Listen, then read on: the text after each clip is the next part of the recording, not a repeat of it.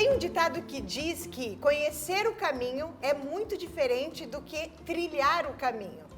Eu imagino que esse ditado encaixe perfeitamente no processo de criação de um filho, desde o nascimento, inclusive e em especial na saída de um filho. Mas por que a gente sofre tanto, já que a gente já conhece o que a gente vai viver? A gente vai falar sobre esse processo, o síndrome do ninho vazio e muitos outros assuntos relacionados à maternagem, até chegar esse momento que pode ser de glória, mas certamente também acompanhado de alguma, posso dizer, entre aspas, tragédia. Bom, hoje a gente está aqui com a psicóloga Thalita Lima. Então vamos lá? Thalita, por favor, diga para eles quem és tu. Bom, meu nome é Thalita Lima, eu sou psicóloga formada pela Universidade Estadual de Londrina.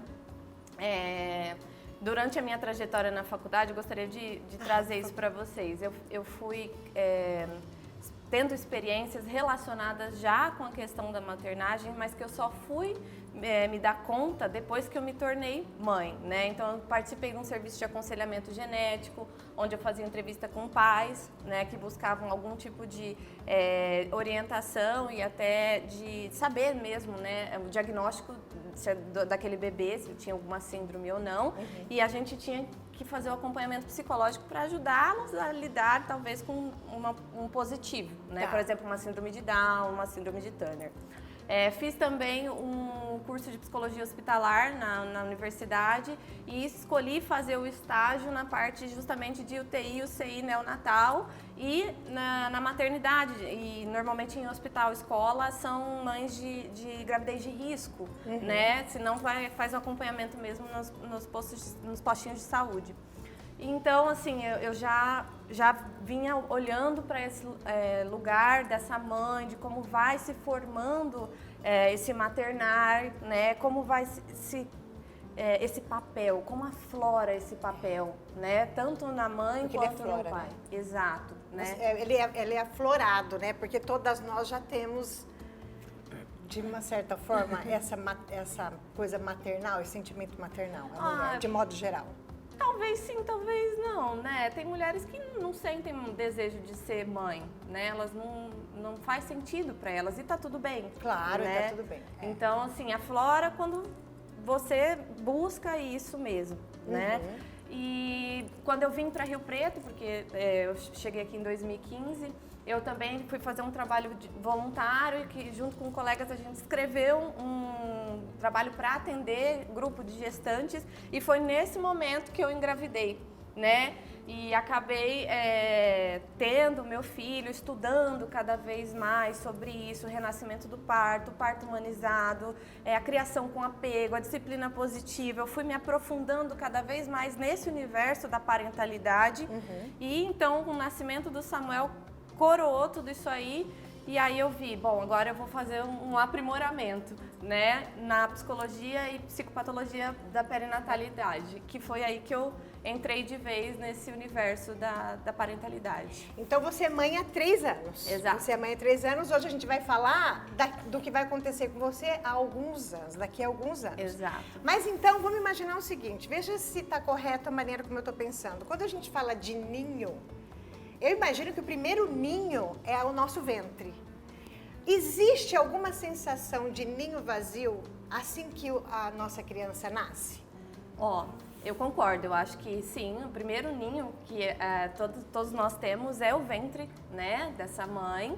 E o olhar da psicologia da perinatalidade é justamente auxiliar esses pais, né, a sonhar este bebê, a poder imaginá-lo e mais ou menos no finalzinho da gestação a gente começa a trazer esses pais para a realidade, né? Porque às vezes o bebê sonhado, às vezes não, né? Sempre o bebê sonhado não vai corresponder ao bebê real, né? Vamos pensar, por exemplo, como eu te falei no serviço de aconselhamento genético. Quando você descobre o positivo, você descobre com 6, 7 semanas, né? Você vai imaginar um bebê perfeito, um bebê cheio de saúde, de vitalidade, e aí, de repente, você, em algum momento da gestação, vai fazer aquele ultrassom, acho que é um morfológico, que detecta, né, a possibilidade de uma síndrome. e você se vê tendo que lidar com essa realidade de um bebê sindrômico, por exemplo, né? E isso eu tô partindo também já para um lado mais radical, vamos dizer assim. Mas o bebê real pode ser aquele bebê, por exemplo, meu marido tem olhos verdes. Eu falava assim, não, o Samuel pode vir a minha cara com os seus olhos verdes. Ele veio a cara do pai com os meus olhos castanhos. Então eu tive que lidar com um bebê real, entendeu? Isso é um bebê real, é diferente do bebê sonhado. Então, nesse sentido, a gente também já tem que lidar com uma falta, com uma frustração, com um luto. A gente fala muito na perinatalidade do luto da barriga. Muito interessante, muito interessante. Ou seja, o ninho é um lugar de sonho. Exato. Entendi. Exato. É onde a gente vai construindo e sonhando e trilhando, né? Eu falo que o ninho é uma base sólida emocionalmente que a gente dá para os nossos filhos, né? Porque é ali que a gente vai educá-los, a gente vai transmitir as nossas vivências, as nossas experiências, nossa ética, nossa moral, né? A nossa cultura familiar. Mas esse ninho também tem que funcionar como um lugar que prepara para essa saída, né? Então, para esse voo desses passarinhos, né? Para que eles saibam que aquela base ele teve e agora ele pode trilhar o caminho dele. E aí eu como mãe, né? Como você mesmo disse, daqui a alguns anos, tenho que lidar com essa saída e pensar de uma forma saudável de se pensar, o ninho está aqui e ele sabe que o ninho está aqui. Quando ele precisar, ele volta. E por que não eu posso oferecer esse ninho para os meus netos? Se for do desejo do meu filho ter filhos, né? Você acabou de falar aqui que você então tem um caminho para trilhar porque vai chegar esse momento. Exato. E eu, no enunciado, quando eu abri o episódio, eu falei do ditado que é muito diferente, existe uma diferença, assim, um abismo entre conhecer o caminho, que você já conhece, e trilhar o caminho. Então a gente vai descobrir por que é tão difícil trilhar um caminho que a gente conhece. Por que a gente se perde tanto nisso? Claro, são as emoções que devem estar aí. Então, para começar, eu acho que a gente devia definir o que é a síndrome do ninho vazio. E qual é a diferença entre síndrome e doença? Porque tem algumas pessoas que acham que a síndrome do ninho vazio é uma doença, mas ela pode provocar uma doença. Sim, então, exato. Vamos definir isso. Tá. Na verdade, o termo síndrome já define um conjunto de sintomas que trazem prejudicam o indivíduo de alguma forma, né? Então, trazem de alguma forma uma patologia. Tá. Então, a partir do momento que a gente coloca como síndrome do ninho vazio, a gente entende que essa saída dos filhos traz um prejuízo já a nível patológico para esses pais, tá?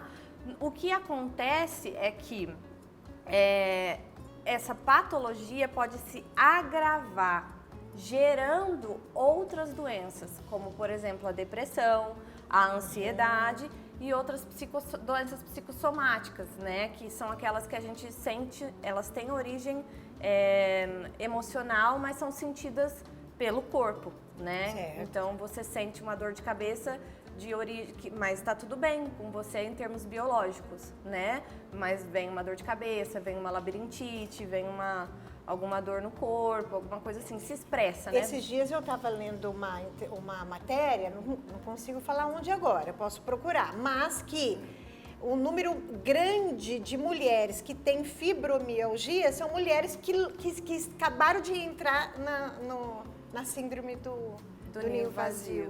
Tem muita relação com a emoção, né? Sim, a fibromialgia ela tem um fator emocional muito grande, né? Eu, particularmente, descobri a minha fibromialgia no final do ano passado, em função da depressão. Em função da depressão. Exato, eu entendi. entrei em depressão e aí eu descobri a fibromialgia, as dores, né? E hoje eu faço um tratamento farmacológico para lidar com isso, né? Então você vê, no meu caso, não necessariamente tem a ver com o ninho vazio em si, mas pode ser que tenha a ver com alguma outra falta, né? Além do fator genético preponderante na minha família, porque é uma doença que olhando para os meus antepassados, já vem acontecendo há um tempo. Então, deixa eu te perguntar, quais são os sintomas característicos de uma pessoa que está passando pela síndrome do ninho vazio? Tá. O que a gente observa normalmente? É uma tristeza, uma saudade, uma nostalgia, uma apatia, uma anedonia, que é a falta de prazer em fazer as coisas do dia a dia, né, do cotidiano. E existe uma diferença entre os níveis comuns e os níveis patológicos. Como a gente estava conversando antes, né, da gente começar. Vir aqui, dar essa entrevista, gera uma certa ansiedade, mas não é uma ansiedade que me paralisa, né? Então, assim, é a mesma coisa nesse sentido. Existe a saída dos filhos e você vai sentir falta deles, obviamente, né? Mas quando esses sintomas vão te trazendo, vão te prejudicando, vão tirando a sua funcionalidade, você deixa de dar conta de executar as suas tarefas, aí acende um alerta, né? E é preciso que você vá buscar ajuda, né? Para que isso não se agrave e possa se tornar uma depressão, uma ansiedade ou algo psicossomático, né? O homem sente a síndrome do ninho vazio, o pai? Sim, é possível, com certeza é possível. Tudo vai depender do quê, Paula? De como essas relações se estabeleceram dentro de casa, né? Então, assim, em termos de prevalência, é mais comum na mulher? É mais comum. Por quê? Porque ainda vivemos numa sociedade machista e patriarcal, né? Okay. Portanto, o cuidado com os filhos ainda é visto como sendo tarefa da mulher, né? No entanto, a gente sabe que essa pode ser, não é uma regra, né? Existem mudanças. E as novas formações familiares, elas também mudam essa estatística, porque hoje em dia a gente não tem mais uma família homem, mulher, filhinhos, né? Pode ser uma família monoparental, só com a mãe, só com o pai, uma família homoafetiva, né? Então, assim, dependendo de como essas pessoas, esses pais, aprenderam lá na sua própria infância a lidar com as faltas, a lidar com as perdas, a lidar com as frustrações, como eles se prepararam para a chegada desse filho, né? Como eles foram lidando com essas faltas e essas perdas durante o crescimento desse filho, porque como a gente estava falando, o nascer já é uma perda, né? Já é uma mudança de fase. Daí vem o desmame, vem o desfraude, vem a entrada na escolinha, vem o crescimento desse filho, a fala, as relações que ele começa a estabelecer com os amiguinhos, né? Então, tudo isso vai mostrando para você que ele está crescendo, que não é mais o bebezinho que estava ali no seu colo e dependia de você 24 horas por dia para sobreviver, né? Então, criar os filhos é entender que eles vão se tornar cada vez mais independentes e você vai ser cada vez menos necessário na vida deles, entendeu? Entendi perfeitamente, achei muito interessante e você então trouxe algo para mim. Muito a grosso modo, Buda dizia que a causa do sofrimento humano é o apego. Ok.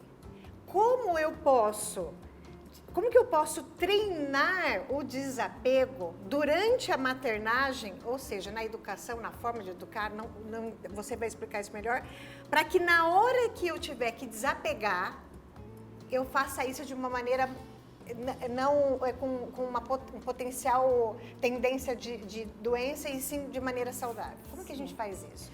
Treino o desapego nessa trajetória.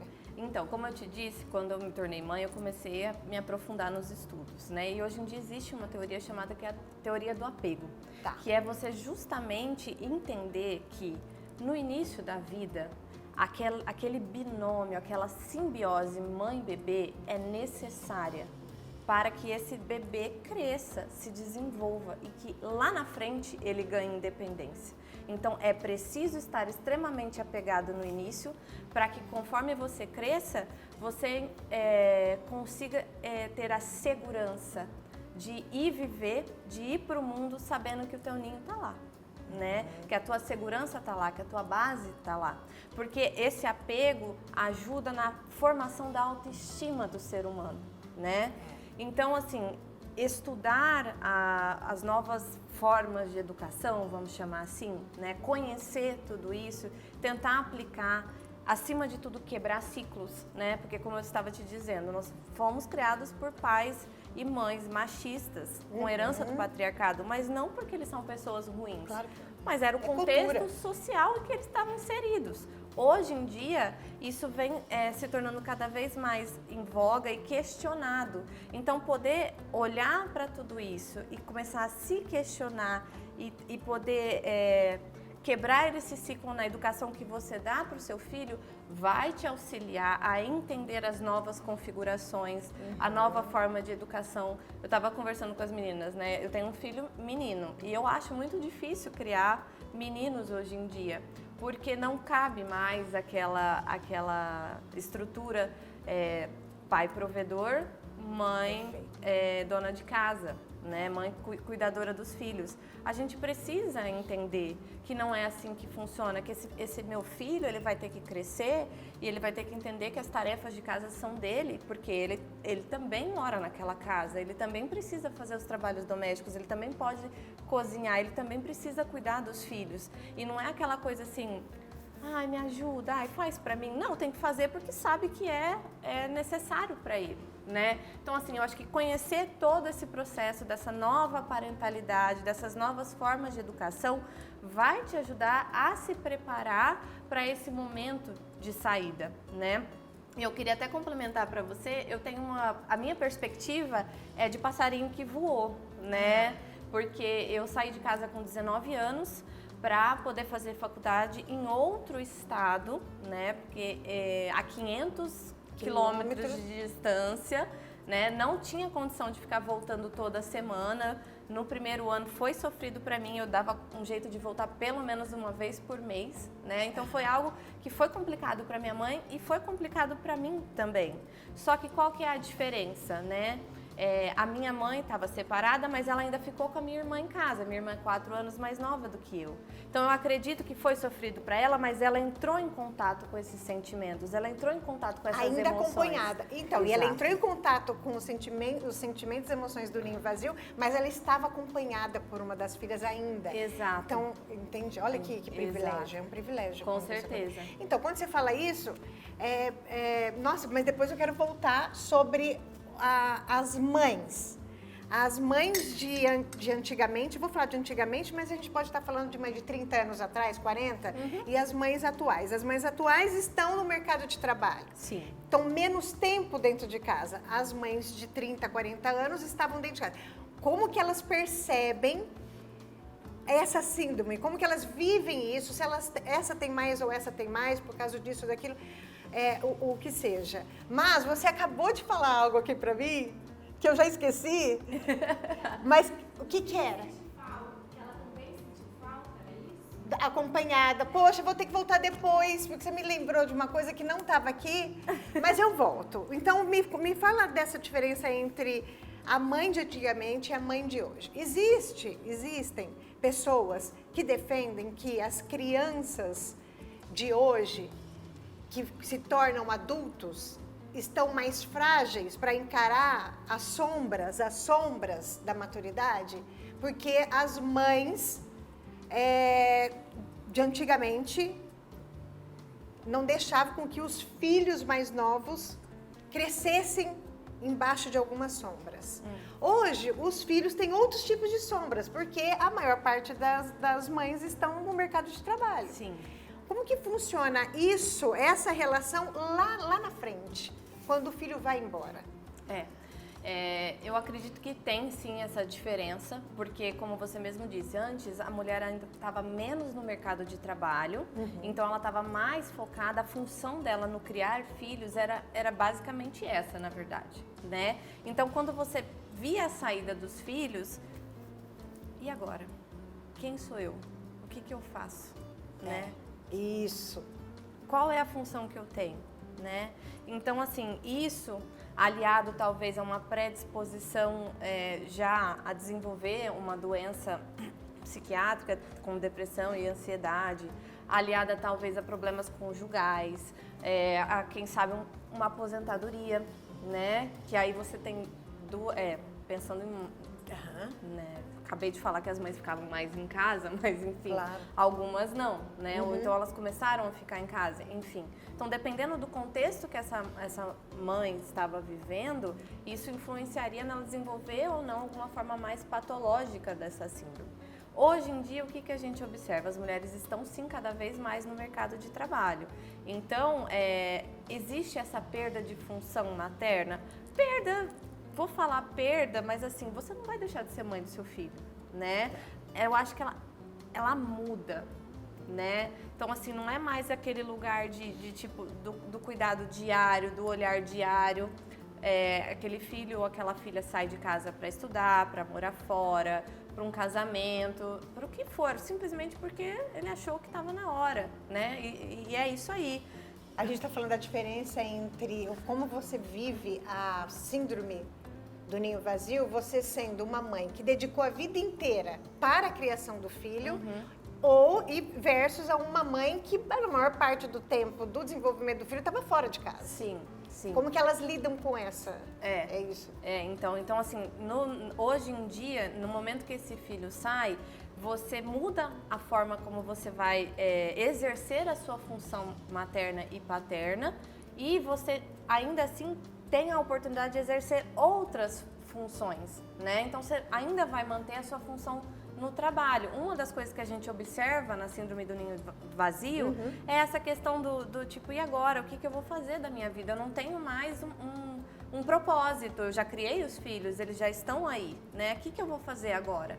Agora, quando você já está no mercado de trabalho, esse trabalho pode ocupar agora mais espaço na sua vida, né? Então, uma forma talvez mais saudável de lidar com isso é poder olhar para essa saída de forma positiva.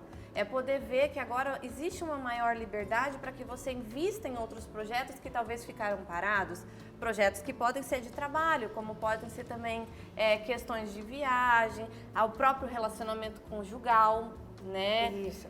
Então, assim, poder olhar para isso de uma determinada forma vai fazer diferença em como isso vai se desenvolver e se vai vir a ser algo patológico ou não, entendeu? Você sabe que essa semana eu estava conversando com uma amiga minha e eu perguntei para ela, fazia tempo que eu não via, perguntei, e aí, como que tá? Ela falou, bem estranho. Eu falei, mas por que bem estranho? Ela falou, porque minhas duas filhas não estão mais aqui. Eu falei assim, mas explica o bem estranho.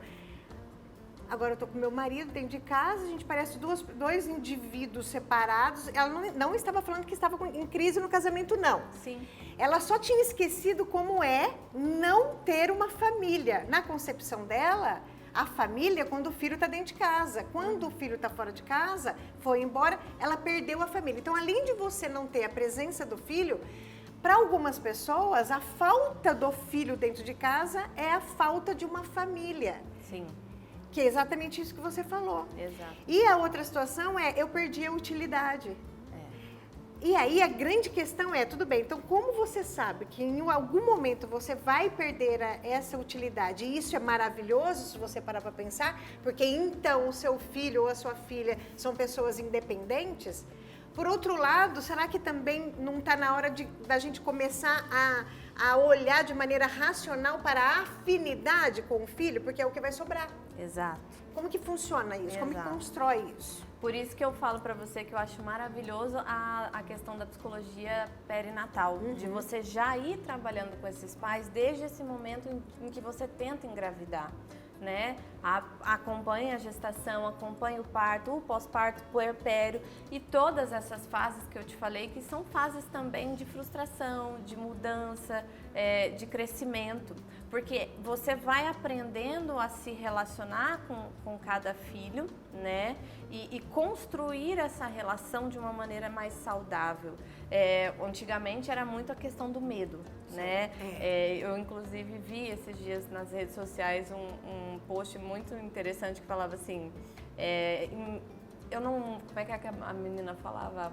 Tipo assim, a mãe, o desenho que se fazia era da mãe falando assim, eu só quero que você me respeite, não precisa ter medo de mim, segurando um cinto, entendeu? Então assim, era como a gente era criado naquela época, conceito de medo e respeito estavam ali, lado a lado. Hoje em dia, como eu te disse, diante da disciplina positiva, da criação com apego, a ideia é que você crie esse respeito com a criança completamente separado da questão do medo, né? E como que a gente vai fazendo isso? A gente vai entendendo que aquela criança é um ser vivo, é um ser humano, né? Que ele vai se dissociando da gente, ele tem a própria personalidade. E a gente vai conversando e vai explicando e vai falando 1, 2, 3, 4, 5 vezes, quantas vezes forem necessárias, né? Com o Samuel, por exemplo, eu às vezes explico demais, às vezes eu explico de menos, mas eu vou tentando trazer para ele as questões. Tu tá explicando, ele tem 3 anos, eu estava explicando para ele a questão do dinheiro, porque ele quer, né? Mas ele precisa entender que não é assim, não é eu quero e aparece. Tem toda uma questão ali por trás. Ele entende o conceito de dinheiro? Não, mas pelo menos eu vou construindo isso com ele, né? Então, assim, ele vai entendendo que o que ele me pergunta eu vou tentar responder, que eu vou levar em conta, eu vou levar em consideração. Ele faz birra, ele chora e ele, para mim, o meu instinto é de abraçar, né? E ele não quer, num primeiro momento, ser abraçado. Então, poder olhar para o meu filho, entender essa particularidade dele, a necessidade dele, foi algo que eu tive que aprender e tive que segurar o meu desejo, né? De ir correndo, abraçá-lo e falar, tá tudo bem, o que está acontecendo? Não, ele tem uma necessidade de se afastar e chorar. Então, eu tive que treinar comigo mesmo, sentar, olhar para ele e falar assim, a mamãe está aqui, na hora que você precisar, você me procura, né? E aguardar em silêncio a hora que ele finalmente quer a minha presença, ele quer o meu abraço, ele quer o meu acolhimento, né? Então esse é um respeito que a gente vai criando e vai entendendo, olhando para cada filho. Não é à toa que a gente tem filhos dos mesmos pais, mas que têm criações e personalidades completamente diferentes. Por quê? Porque é preciso que nós, pais, estejamos atentos às particularidades de cada um dos nossos filhos, porque eles não são uma tábula rasa, eles têm personalidade diferente um do outro. Então, um filho talvez vá necessitar muito mais de toque, de cuidado, de olhar, de conversa. O outro filho não, né? Então, assim, conforme a gente vai estabelecendo essas relações ao longo desse processo de crescimento, isso vai também, não acredito que seja regra, né? Tipo, é assim, pronto, acabou. Mas isso vai facilitar ou não essa saída e a forma como você vai lidar com essa saída, né, desse filho. Por que ao invés do que a gente tá falando aqui, que são as dores do ninho vazio, a gente tem também, por outro lado, mães que não veem a hora do ninho ficar vazio? O que acontece nesse processo? Por que o ninho vazio para uma parcela de mães é o sonho dela? Tem que ver o contexto que está acontecendo dentro daquele núcleo familiar, né? É um olhar mesmo individual, né? Mas, por exemplo, tem momentos em que é muito difícil o momento que a criança ou o adolescente está passando faz com que a vivência dentro de casa fique um tanto quanto difícil, às vezes até insuportável. Então, será que não passa pela cabeça de todas as mães e pais? Nossa, não vejo a hora de você ir embora de casa, né? De você crescer, né? Então, assim, tem horas que é complicado mesmo, mas precisa ver de novo como foi construída essas relações, né? O quanto esses pais acreditam que talvez aquele filho atrapalhe, né, na realização de algum sonho, de algum objetivo, né? E isso sim pode atravancar e muito, não só a relação dos dois, como talvez até o desenvolvimento da saúde mental desse filho, né? Por isso a importância do acompanhamento desde a gestação, porque aí você vai construindo com esses pais uma parentalidade mais saudável, né? Porque uma das coisas que eu observei e que eu senti na pele é que o maternar, o tornar-se pai e mãe, é você revisitar a sua criança ferida todos os dias, o tempo todo, né? E poder acolher essa sua criança ferida, coisa que talvez ela não tenha sido na infância, né? E por isso que eu te digo que a gente vai quebrando ciclos, né? E podendo assim, acolhendo a minha criança ferida, eu dou conta de fazer diferente com o meu filho. Existe a possibilidade de uma mãe que é uma mãe solteira e de um filho único, ou uma mãe solteira com 3 filhos, ou uma mãe casada com 1 filho, uma mãe casada com 3 filhos, não importa. Ou uma mãe, por exemplo, que é viúva. Existe a possibilidade de alguma delas ter maior tendência de sofrer a síndrome do ninho vazio? Ou isso não está relacionado à quantidade de filho que você tem ou à estrutura familiar que você tem? Olha, pensando na forma como eu estou te dizendo, de como se constrói essas relações, não dá para colocar como via de regra, né? Tem um filho só, então necessariamente você vai ter a síndrome do ninho vazio. Família monoparental vai ter a síndrome do ninho vazio. Tudo vai depender de como você construiu essa relação, como você encara essas frustrações, né? Essas perdas, essas mudanças e se há uma predisposição a desenvolver ou não alguma doença psiquiátrica, psicológica, né? E aí, voltando um pouquinho na história que eu estava te contando da minha perspectiva pessoal, né? Que a gente estava falando que a minha mãe ficou em casa acompanhada, ela ficou com a minha irmã, né? Então ela teve a oportunidade de entrar em contato com esses sentimentos de saída de um filho, mas pôde saber que tinha outra ali, né? Não significa que ela não sentia a minha falta e eu não sentia a falta dela, óbvio que sim. Mas ela tinha outra filha em casa. E eu acredito que isso também pôde prepará-la para a saída da minha irmã, porque a minha irmã também foi morar fora, a minha irmã fez intercâmbio, então a minha irmã foi para mais longe ainda. Porém, temos relações diferentes, somos personalidades diferentes, né? Então eu te disse, eu saí com 19 e eu nunca mais voltei. Né? Eu não só não voltei pro ninho, como não voltei nem para perto do ninho, entendeu? Eu tô em outra cidade. Mas assim, a relação que foi construída e que foi mantida ao longo desses anos era sempre de cuidado, de carinho, de preocupação, telefonema. Minha mãe sempre me ligou todos os dias, todos os dias não, porque ela sabia que não era a minha personalidade de ligar todos os dias, mas ela me ligava pelo menos uma vez por semana para saber como eu estava, como tinha sido a faculdade, demonstrava interesse nas minhas atividades, né? Então, assim, a relação que foi construída foi essa, né? Mas isso não impedia toda vez que eu ia visitá-la, ela chorar horrores, né? Na hora que eu ia embora, né? Claro. Mas, assim, algo que passava. Eu lembro que uma vez ela foi me visitar em Londrina e o meu padrasto, na época, falou assim pra mim que ela chorou pelo menos 1 hora do caminho, ela foi embora chorando na volta, né? A gente tá no 4º episódio da série Mães. A gente termina a série com você, mas o primeiro episódio foi com a Anaís e a gente passeou pelos momentos da maternagem. E eu contei pra ela que minha mãe hoje tem 80 anos, ela tem 6 filhos e ela não sentiu o ninho vazio em nenhum momento. Por quê? Porque a gente foi saindo gradativamente, mas foi entrando os netos. Exato. Então hoje ela está começando a sentir o ninho vazio com 80 anos, porque o meu último sobrinho está indo embora. Isso é muito interessante, por isso que eu te pergunto, porque eu já ouvi falar, eu já vi pessoas dizerem também, não, eu só tive um filho, não tem como eu não sentir o meu ninho vazio. Por isso que eu te fiz essa pergunta. E por outro lado, também eu escutei, existe mesmo uma relação diferente entre mães e filhas e mães e filhos. Por quê? Porque eu escutei uma história de uma amiga minha que disse que a mãe dela sentiu o ninho, essa síndrome, essas sensações, muito mais quando o filho foi embora do que a filha. Existe essa relação também? Aí eu vou entrar um pouco mais na teoria psicanalítica, né? Mas muito por cima.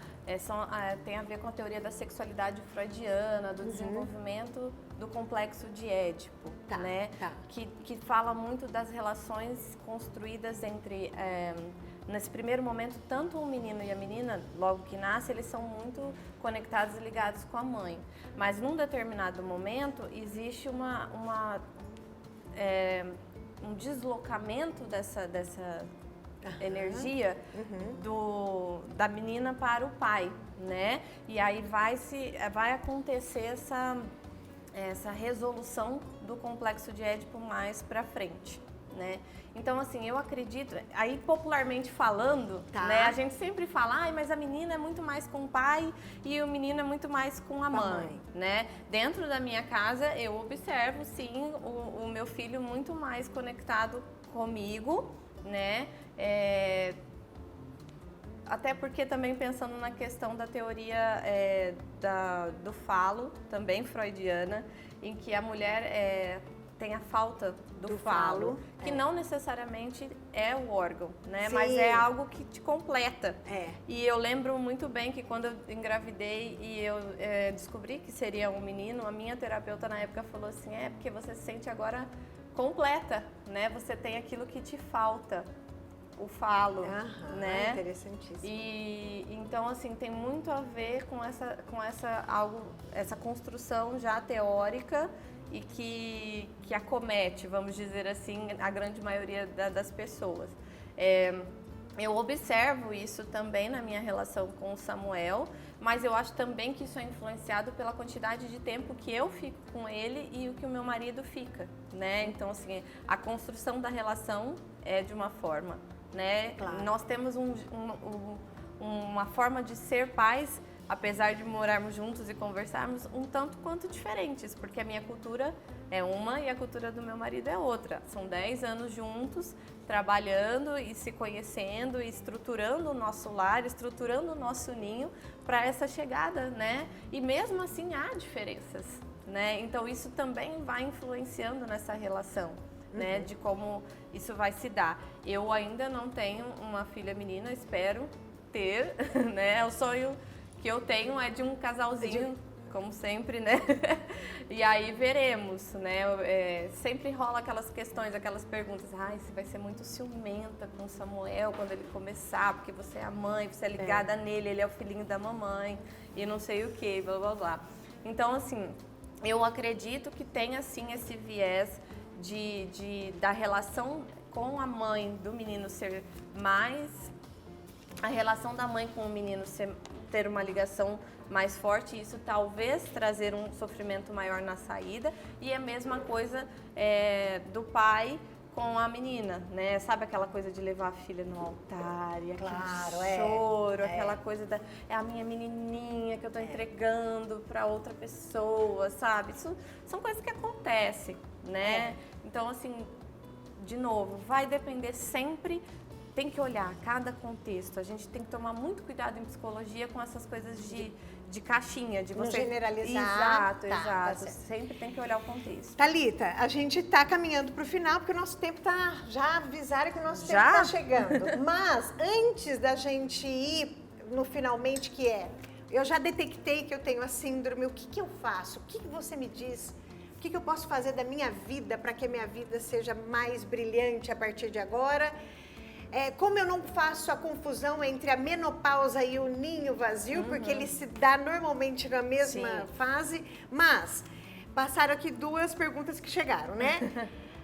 Há casos como, por exemplo, quando o filho casa, que além da falta do filho, do sentimento de ninho vazio, se desenvolve uma relação difícil com a esposa, que muitas vezes não há não é nada de errado com aquela pessoa, a não ser o fato de ser outra mulher na vida de um filho.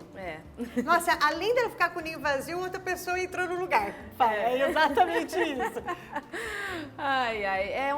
Algo que precisa ser cuidado e precisa ser olhado, porque essa mãe precisa entender que não é só o jeito dela, não é só ela que completa aquele filho, né? A tarefa, como eu estava te dizendo, a tarefa de criar filhos é se tornar cada vez menos necessária, né? E você poder acreditar e confiar de que o seu filho ou a sua filha vai buscar fazer boas escolhas, vai trilhar o próprio caminho, a sua própria independência de uma maneira muito saudável, né? Então, poder olhar para essa outra mulher e respeitar essa escolha, mesmo que aquilo não agrade, né? Mesmo que aquilo não a agrade, mesmo que aquilo... você olha e fala, gente, mas ela não é parecida comigo. ótimo, que bom, né? Tudo bem não ser parecida com você. É uma escolha do seu filho, ele tem os motivos dele, o que será que acontece, né? Poder também trazer essa reflexão para si, né? Se não é parecido comigo, por que não é parecido comigo, né? Por que ele escolhe uma pessoa que não é parecida comigo, né? Porque em termos de teoria também psicanalítica, normalmente a gente acaba repetindo esse ciclo também. O que a gente vivenciou no nosso núcleo familiar, a gente acaba repetindo ao longo da vida. Por isso que as pessoas ficam assim, eu tenho o dedo podre, eu só acho... Mas não é isso. É porque você não identificou qual foi o contexto, o que você viveu que você não fez bem, que você não gostaria de repetir e acaba vivendo no automático, né? Então você sempre vai encontrando e se relacionando com os mesmos tipos de pessoa. Porque familiaridade com o padrão que você... Exatamente. Tá, é com o padrão, perfeitamente. entendeu? Então, assim, poder olhar para esse novo integrante da família com um olhar de acolhimento, de agregar, de trazer uma nova cultura, um novo olhar. Né? Eu estava falando para você, dentro da minha casa, o meu marido teve uma criação, eu tive outra. E nós juntos fomos construindo esse ninho para receber os nossos filhos. Né? Então, eu fui aprendendo com ele novas coisas, novos olhares, questionando muitas regras familiares com que eu fui criada, porque o fato de ter saído de casa também me proporcionou isso. Eu acho ótimo como filha esse voo, né? Porque isso me proporciona olhar para aquele lugar, olhar para aquele ninho de fora, porque olhar de dentro e olhar de fora é muito diferente.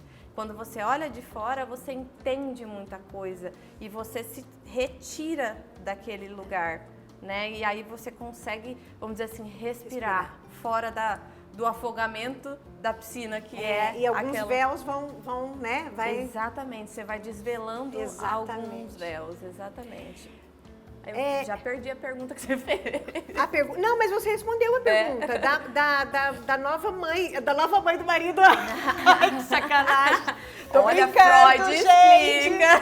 Tô brincando, não é a nova mãe, não, é a nova esposa do marido. Você já viu aquela na internet que a gente fala assim, qual é o filho que te dá mais trabalho? E a gente responde, o filho da minha sogra. Exatamente. É isso.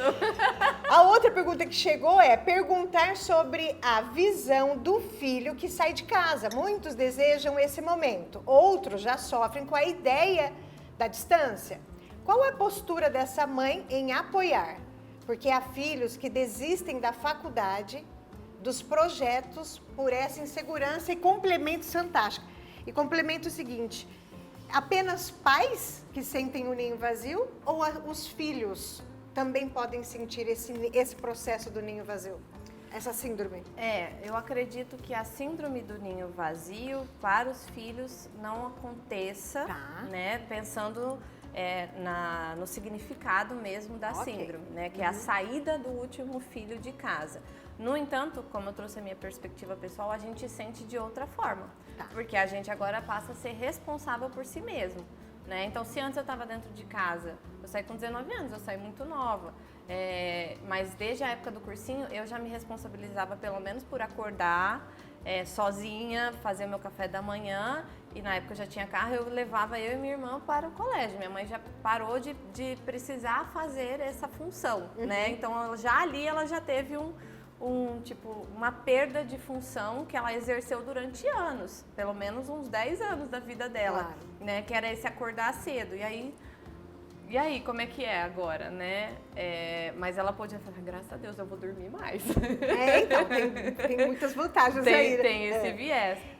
E esse filho aqui que sente insegurança de sair de casa?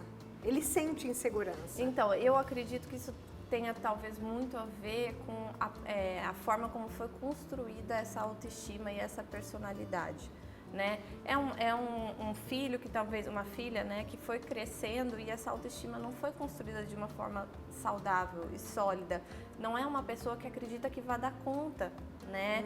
Que seja capaz. Talvez a simbiose com essa mãe não houve essa quebra, não houve essa separação. E isso já pode trazer questões patológicas para ambos os lados. existe a possibilidade, uma pergunta bem, existe a possibilidade de inconscientemente esta mãe ter produzido exatamente isso para que o ninho vazio dela, para o ninho dela nunca ficasse vazio? Talvez, podemos pensar disso. Mas aí teria que fazer todo um processo analítico com essa mãe para ir juntos conversando, conhecendo a história dela, conhecendo os contextos, para poder chegar nesse possível diagnóstico. Então, agora eu vou ter que me aprofundar só um pouquinho nessa pergunta, que eu acho que é tão importante para as mães que estão aí nesse período de adolescência, para jovem que vai chegar. Mas criança muito também, né? Quer dizer, maternagem é maternagem do começo ao fim. É uma loucura, meu Deus. Mas essa mãe, vamos falar desta mãe aqui. Porque essa pergunta aqui me fez lembrar muitos casos que eu conheço. De pessoas que dão um jeito de não sair de casa. Adultos que não saem de casa. O que eu fiz como mãe, ou quais são alguns fatores na criação do meu filho, o que eu fiz nessa experiência, nesse trajeto, que fez com que esse meu filho preferisse ficar em casa. Porque se eu sou inseguro, como você falou, a autoestima não está equilibrada. Não está sólida. O que eu fiz para que essa autoestima, para que você não se sinta seguro, para que você ache que aqui é mais quente do que lá fora? De novo, tem que analisar cada caso. Né? Mas não existe, então, você não pode dizer, por exemplo, alguns comportamentos? Podemos pensar em questões de não desenvolver a autonomia da criança, né, desde o começo, de minar essa autoconfiança. Então, por exemplo, não, vem aqui, deixa que eu amarro esse cadarço pra você não sabe. Né, de não deixar escovar o dente sozinho, coisas básicas do dia a dia, né, que o meu filho de 3 anos eu já tento trazer essa autonomia, né, e aí entra dentro da pedagogia montessoriana, Pickler, Waldorf, e assim vai por outros caminhos também, né, mas da questão do desenvolvimento, mas pode ser um comportamento que tenha a ver com essa, desse não desenvolvimento de uma autoestima sólida, né, desse autocuidado, dessa autopreservação. Às vezes a gente também querer proteger demais, não deixar... Superproteção. Exato, não deixar que esse filho também se exponha às questões da sociedade, do dia a dia e tente resolver esses problemas sozinho, sabe? Tipo assim, você não instrumentalizá-lo física e emocionalmente para que ele resolva um problema na escola, por exemplo, de mãe, olha, eles estão falando do meu cabelo, estão falando do meu nariz, da minha cor, né? Então, assim, obviamente que aí a gente tem sempre que estar atento à questão do bullying, até do racismo e preconceito, mas poder também instrumentalizar essa criança no sentido de poder não colocar se posicionar de uma forma adequada, né, que não vá para agressão física ou verbal, para violência, mas que ele se posicione, né, que ele tenha orgulho de si, né? Então, assim, isso também vai de encontro com algo que a gente tem vivido muito na atualidade, que é a autoaceitação, né? Então, uma coisa que lá atrás também a gente viveu uma coisa de padronização, né, do cabelo, da pele, do corpo e tudo mais, e hoje em dia a gente vem trazendo essa coisa da autoaceitação, né? Então, por que não já ir trabalhando isso desde a infância e ir consolidando ao longo dos anos, né? Entendendo, por exemplo, que a adolescência é um processo de autoconhecimento, né? Tem alguns comportamentos que são comuns, que são esperados. Um afastamento, um certo afastamento dos pais é algo esperado, é algo necessário para que esse adolescente comece a olhar para si e entender quem ele é, né? O que ele busca, o que ele quer, quais são as diferenças entre ele e os pais, né? Porque até então, né? Exato, individuação, é exatamente isso. Exatamente isso. Eu não estou dizendo que é isso, eu estou dizendo que também pode ser visto a partir desse olhar. Quando a gente está conversando todo esse tempo aqui, eu fico pensando assim, a figura que ficou para mim eu posso encarar o ninho vazio de duas formas. Eu posso encarar como no copo cheio e como copo vazio. Exatamente. Copo vazio, eu vou ficar me lastimando dentro de casa. Eu não estou falando que não existem as dores. Sim. Mas eu posso pegar essa dor como centro, colocar aqui no meu colo e ficar alimentando essa dor. Exato. E aí você está olhando toda a tua trajetória como mãe de uma maneira com o copo vazio. Por quê? Porque você só está olhando o que falta. Exato. E você pode olhar o ninho vazio como um copo cheio.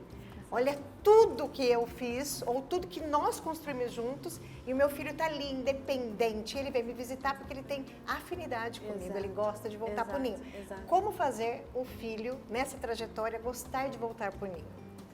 Construindo essa boa relação, né? Desde a infância.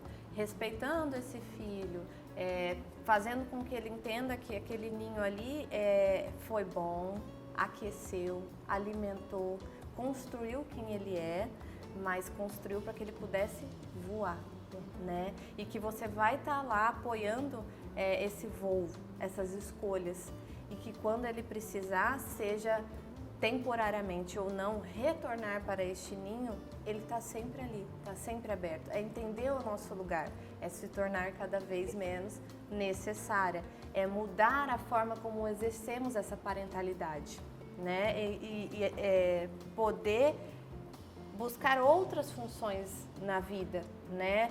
Talvez aquela viagem que ficou esquecida, que ficou sempre para depois, né? Poder olhar talvez para os problemas conjugais, que a gente foi enfiando para debaixo do tapete. Exato. E aí vira um elefante branco na sala nesse momento, porque só tem você trouxe o exemplo em algum momento do casal que se olha e fala... Mas aí, agora? Né? Eu desaprendi a namorar. Exato. Por quê? Porque a presença dos filhos faz com que a dinâmica do casal mude também. E a gente precisa se adaptar. E aí eles saem. Nova adaptação, né? Por isso a importância da gente ser resiliente, a gente aprender a lidar com essas mudanças. E todos esses comportamentos a gente vai aprendendo na vida, e é muito mais fácil quando você tem um facilitador, que é o psicoterapeuta. Uma das perguntas que eu lembrei agora que você me fez e eu ainda não respondi, sobre os sintomas, né? E quando procurar ajuda, que tipo de ajuda procurar, né? Então, assim, como a gente já falou, você ver a saída dos filhos vai gerar, obviamente, algum tipo de tristeza, de saudade, nostalgia, solidão, tudo mais. O que é importante? A gente estar atento a esses sentimentos e observar quando eles estão atrapalhando o nosso dia a dia e a nossa funcionalidade, né? A gente está deixando de, talvez... pensando numa mulher já mais madura, já numa aposentadoria, poder talvez fazer alguma atividade física, sair com as amigas, aproveitar o momento para aprender alguma coisa nova, se dedicar talvez a arte, culinária, sei lá, qualquer coisa que dê prazer. Parou, simplesmente fica ali, né? Como você mesmo disse, alimentando aquele ninho que ela botou ali no colo vazio, né? Então, assim... nesse momento, observar isso e procurar ajuda o mais breve possível. Que tipo de ajuda? Psicológica, né? O ideal seria você se preparar, como eu vim falando ao longo da nossa entrevista toda, desde o momento da gestação, né? Mas não tendo feito isso, qualquer momento é momento, não tem problema nenhum, né? Então, assim... Seus filhos já estão com 16, 17 anos, você sabe que em algum momento vai ter um vestibular, vai ter um primeiro emprego, vai ter um casamento. A saída dos filhos dificilmente é de um dia para o outro. Ela vem com um aviso prévio. Então, por que não já procurar uma psicoterapia antes? Para poder ir trazendo já essas angústias, porque vai gerar uma ansiedade. Nossa, meu filho vai sair. E aí, o que eu vou fazer da vida? Porque eu acordo cedo, eu faço café para ele, eu cozinho para ele, eu levo ele na natação, eu levo ele no basquete, eu levo... Entendeu? Aquilo, o cuidar daquele filho toma tanto do meu tempo que eu... E agora, o que eu vou fazer? Como eu vou preencher esse tempo? Então, por que não já antecipadamente procurar uma psicoterapia, né? E aí... Pensando já em efeitos já mais graves, como depressão, ansiedade, psicossomáticos, vale a pena um médico psiquiatra, né? Para que você possa se consultar, ser avaliada e, se identificada a necessidade de um tratamento medicamentoso, isso possa ser aliado à psicoterapia. É muito importante. As pessoas às vezes acham que só o caminho medicamentoso vai resolver o seu problema. O que acontece? Quando você apresenta alguma depressão, alguma ansiedade, existe um desequilíbrio bioquímico no seu organismo, que a medicação vai resolver. Mas e o gatilho? Exato. Você precisa aprender a lidar com o gatilho. E aonde você vai aprender? Na psicoterapia, né? Porque ali você vai identificar o gatilho, você vai entender o porquê que ele é um gatilho e como você pode transformar isso, como você pode lidar melhor com essas situações. Eu sempre digo que a gente não quer mudar o paciente e muito menos evitar que ele sinta as determinadas emoções. Eu não quero que ele não sinta medo, eu não quero que ele não sinta tristeza, mas eu quero que ele entenda essa tristeza e a acolha. Lembra da criança, acolher a criança ferida? Sim, claro. Por que não acolher agora também as suas emoções, né? Poder entender e falar, nossa, tô triste, tá tudo bem ficar triste, né? Eu tô triste por causa disso, disso, mas, né, vai passar, tá tudo bem. Não passou? Nossa, eu preciso de ajuda, né? Porque sozinha eu não estou dando conta. Quem que eu vou procurar? Psicólogo, psiquiatra. E por que não outras atividades? Um esporte, as artes, como as meninas falaram, viagens, grupos de... pensando já em idosos, como você falou da sua mãe. Isso. Por que não grupos de seniors, né? De atividades, que eles gostam muito de jogos de carteado, de viagens de grupo, né? Por que não? Por que não ir viver essa vida que você trabalhou tanto para poder conquistar, né? Esse momento de usufruir, né? E se você parar para pensar, Thalita, especialmente nos dias de hoje, porque quando a gente fala de novo, vamos falar de 50 anos atrás, 40, nem sei se é tanto tempo assim. Normalmente o filho vai embora quando a mulher está mais ou menos entre os 50 e 60 anos. Exato. Hoje uma mulher de 50 e 60 anos, ela está completamente, ela está florescendo para a nova fase. Sim. Então, eu acho que isso que você falou que é extremamente importante, já se antecipar e começar a incluir na sua rotina, Sim. Entender que a ausência desse filho para que você consiga florescer, porque a gente tem muito tempo de vida pela frente produtiva. Sim, exatamente. Nos dias de hoje, né? Exato. Então esse ninho ele tem que começar a ser ressignificado, Exatamente. esse ninho vazio, Exatamente. para o bem dela E do filho. e do filho, porque o filho vai sentir vontade de voltar porque tem uma mãe interessante dentro de casa. Exato. Uma Concorda boa com relação, isso? uma boa relação. Então vai ter o afeto da mãe, mas também vai ter aquela mulher, aquela mulher que ele olha e fala, minha mãe é uma peça, minha mãe é uma beleza. E é convidativo também para você trazer aqueles netos, né, para esse convívio. Né? Então você quer mostrar para ele o ninho que você cresceu, o amor que você sentiu, tudo que você passou, né? Agora é importante pontuar que você tinha falado sobre a menopausa, né? Sim. E assim como na gestação os hormônios interferem nas emoções da mulher, na menopausa existe essa queda hormonal também. E isso também pode levar ao desenvolvimento de questões mais graves. Então, né, a gente falou muito da questão da predisposição para desenvolver algumas doenças. Esse momento também pode ser um momento de predisposição, né? Porque existe essa queda hormonal e se não for bem cuidada, bem olhada por um profissional adequado, o quanto isso também não pode agravar esse sentimento de tristeza, de solidão, de perda, né? E isso vir a se tornar uma depressão necessariamente que vai precisar de um tratamento medicamentoso, né? Então, é um momento para você olhar também, com bastante cuidado. Thalita, como você sabe, eu disse aqui que eu não sou mãe, mas eu convivo com mães e tenho muitos sobrinhos, então eu também sinto de vez em quando algum desses sintomas aí quando os nossos amores vão partindo da nossa vida, mas aquilo de novo, né? A gente tem que acolher as nossas emoções, as nossas tristezas, mas ao mesmo tempo dar vazão para a alegria de ver essas pessoas, esses indivíduos, não é?